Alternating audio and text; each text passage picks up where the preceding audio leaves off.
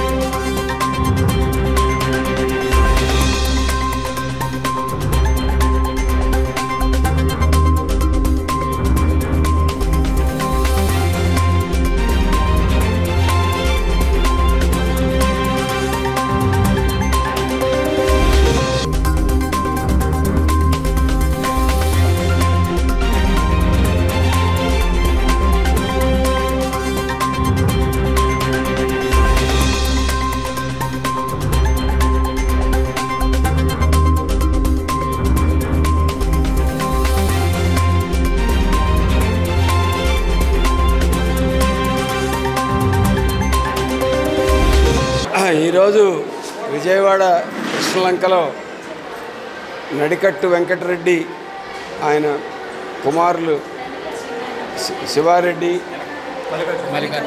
మల్లికార్జున రెడ్డి వీళ్ళ స్మారకార్థం ఆ కుటుంబ సభ్యులు ఆ కుటుంబ పెద్ద సుబ్బమ్మ గారు చాలా ఉదారంగా ముందుకొచ్చి ఈ సాంస్కృతిక భవనాన్ని వేమన మందిరాన్ని నిర్మించడానికి పూనుకున్నారు. వారికి ప్రజల తరపున హృదయపూర్వకంగా కృతజ్ఞతలు తెలియజేస్తున్నాను. ఈరోజు సంస్కృతి, కళారంగం, సాహిత్య రంగం ఇవన్నీ కూడా పూర్తిగా వ్యాపారమయం, కేవలం ఒక రకమైనటువంటి ఆలోచనలనే ప్రచారం చేసేటువంటి ఒక సాధనాలుగా పనిముట్లుగా దిగజారిపోయిన కాలంలో ప్రజలని వాళ్ళ ఆకాంక్షల్ని, వాళ్ళ కళల్ని, వాళ్ళలో దాగి ఉన్నటువంటి నైపుణ్యాన్ని వీటినంటిని వెలికి తీసుకొచ్చేటటువంటి దానికి ప్రజలే కొత్త సాధనాలను నిర్మించుకునేటువంటి ఒక అవసరం ఈరోజు ఏర్పడింది.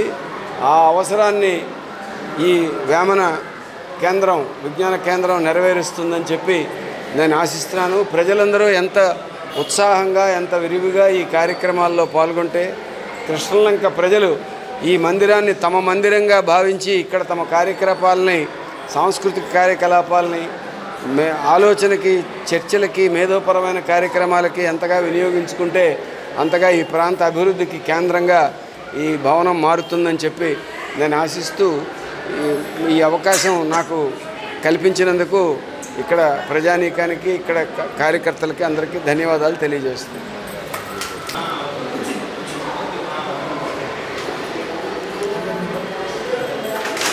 కృష్ణలంక రాణిగారి తోటలో నడికట్టు పెద్ద వెంకటరెడ్డి వారి కుమారుల స్మారకార్థం, జ్ఞాపకార్థం నిర్మించినటువంటి ఈ వేమన సాంస్కృతిక వేదిక, ఈ హాలు ఇక్కడ ఉన్నటువంటి ఒక్క రాణిగారి తోట ప్రజానీకానికే కాదు, తూర్పు నియోజకవర్గ పరిధిలో ఉన్నటువంటి యువతీ యువకుల మనోవికాసానికి, కెరీర్ గైడెన్స్కి, వివిధ కళా సాంస్కృతిక రూపాల వేదికగా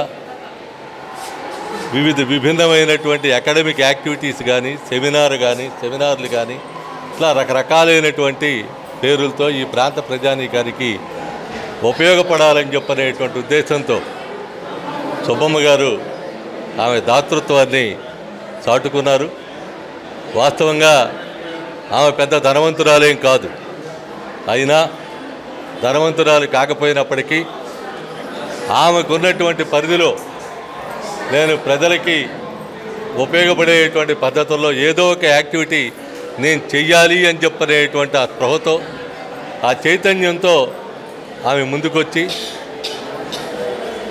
ఈ హాలు నిర్మాణానికి ఉద్యుక్తు రావటం కానీ మొత్తం ఈ ఎక్స్పెండిచర్ అంతా కూడా ఖర్చు అంతా కూడా ఆమె భరించి నిర్మాణం చేసినందుకు తప్పనిసరిగా ఆమెకి, ఆమె కుటుంబ సభ్యులకి, ఆమెతో పాటు వెన్నంటుండి ఈ కార్యక్రమ నిర్వహణలో పూర్తిగా భాగం పంచుకున్నటువంటి పూర్ణారెడ్డి గారికి, అలాగే దీని బ్యాక్ నుండి ఇచ్చేసినటువంటి హరినారాయణ, వీళ్ళకి మొత్తం అందరికీ కూడా ఈ వేమన సాంస్కృతిక వేదిక ప్రజలకు ఉపయోగపడేటువంటి పద్ధతుల్లో, ఇక్కడ ఉన్నటువంటి యువతకి ఉపయోగపడేటువంటి పద్ధతుల్లో తీర్చిదిద్దే దాంట్లో ఎప్పటికీ కూడా వెనకాడేటువంటి సమస్య లేదు. ఈ హాల్ నిర్మాణాన్ని ఎంతైతే ఆ ఉత్సుకతతో నిర్మించారో, ఉదారత్వంతో నిర్మించారో, అదే రకమైనటువంటి పద్ధతుల్లో ఈ హాల్ని కూడా ప్రజా సేవకి వినియోగించేటువంటి దానికి, ప్రజల యొక్క చైతన్యానికి వినియోగించుకునేటువంటి దానికి తప్పనిసరిగా ఇక్కడ ఉన్నటువంటి కమిటీ,